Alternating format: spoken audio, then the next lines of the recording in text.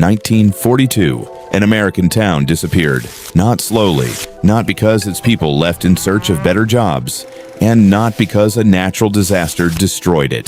The United States government simply told the people living there that they had to leave. They had roughly 6 weeks. 6 weeks to leave the homes their families had built. 6 weeks to abandon farms, businesses, churches, roads, and a community that had existed for generations.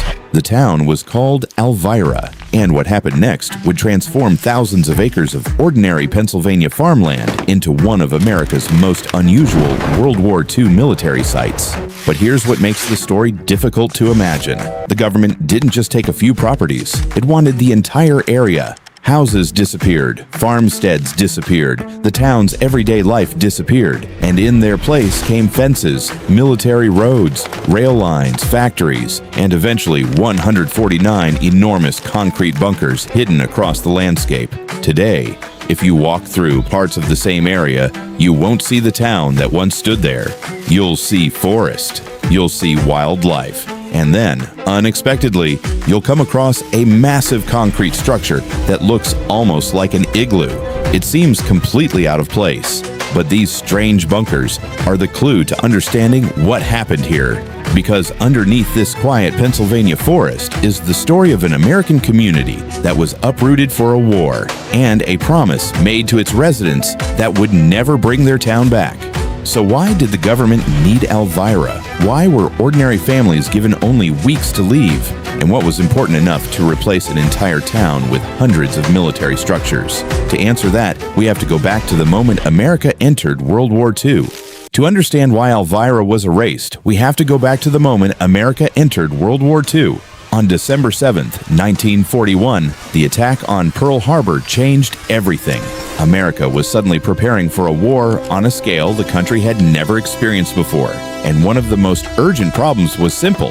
The military needed enormous amounts of explosives. TNT was one of the key explosives used in artillery shells, bombs, and other weapons. So the War Department began looking for places where a massive explosives operation could be built quickly. And the answer led them to a quiet valley in central Pennsylvania. The location had several things the military wanted: relatively flat land, nearby highways, railroad access, and access to the Susquehanna River. There was just one problem: the land wasn't empty. Thousands of acres contained farms, homes, roads, churches, and small communities. So the federal government used eminent domain to take the land. And this wasn't a normal construction project. Within weeks, the landscape began changing.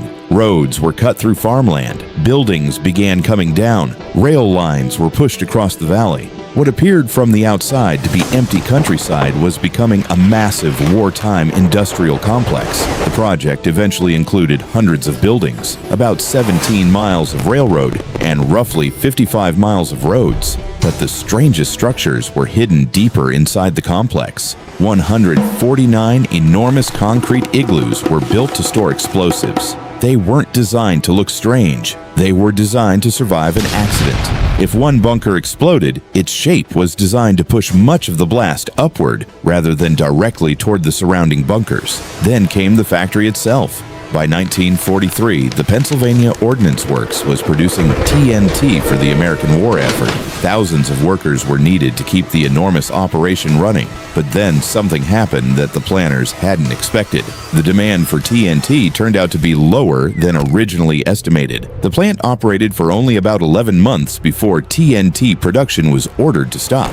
Think about what that meant. An entire community had been displaced. Thousands of acres had been transformed. Hundreds of structures had been built. And the factory's main mission lasted less than a year. But here's where the story takes a much darker turn. The site wasn't used only for explosives. Decades later, government records revealed that some of those same concrete bunkers had been used to store uranium metal turnings during the war. The documented amount was roughly 100,000 pounds. The uranium was stored in at least 4 magazines: 112, 120, 137, and 146. And the material was connected to the wartime effort that would eventually produce the first atomic bombs. So the abandoned town of Alvira wasn't simply replaced by a TNT factory. It became part of a much larger and highly secret wartime network.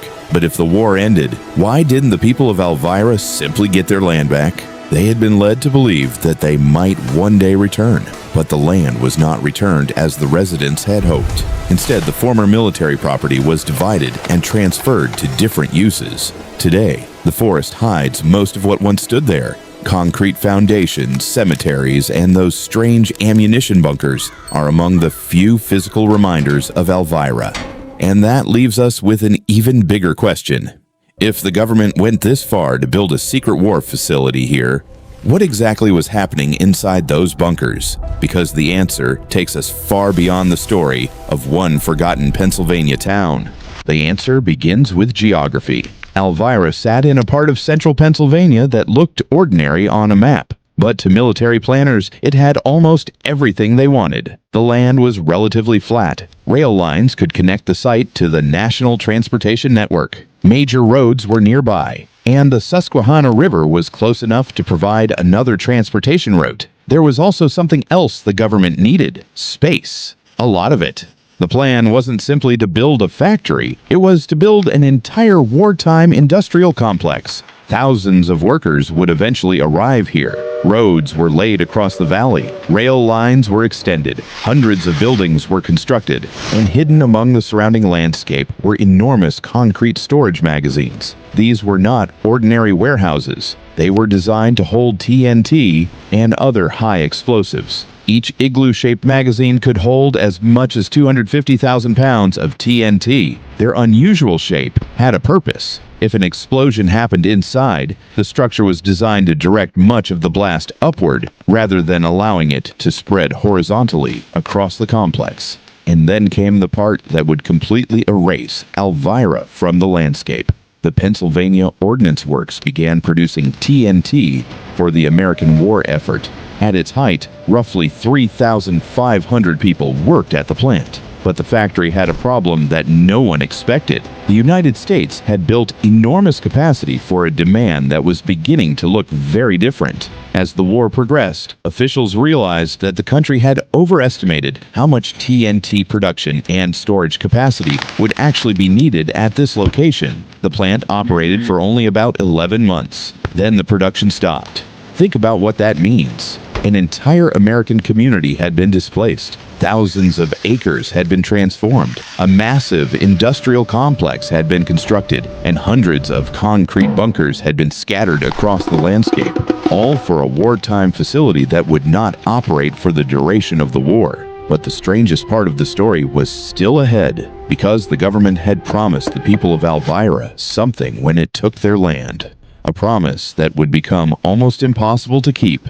And that is where the story of Alvira takes its darkest turn.